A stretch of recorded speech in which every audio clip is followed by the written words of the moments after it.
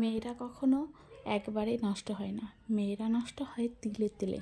কারণ মেয়েরা যেমন মাকে দেখে মায়ের মতো হওয়ার চেষ্টা করে, তেমনই শাশুড়িকে দেখে শাশুড়ি হয়ে ওঠার চেষ্টা করে, আর ননদকে দেখে ননদের মতো হয়ে ওঠার চেষ্টা করে।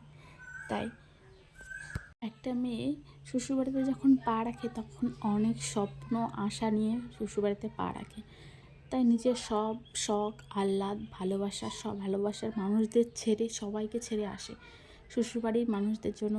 নিজেকে উজাড় করে ভালোবাসা দেয়, সবার জন্য খাবার বানায়, রান্না করে, সবাই কে কী চায় সব কিছু করে। কিন্তু শ্বশুরবাড়ির মানুষরাই ভুলে যায় যে একটা বউ বাড়িতে আসলে তাদের কী করণীয়। তো সেটা দেখেই তাদের বেয়াদবিটা শুরু হয়। এটাই হচ্ছে যোগ্য জবাব।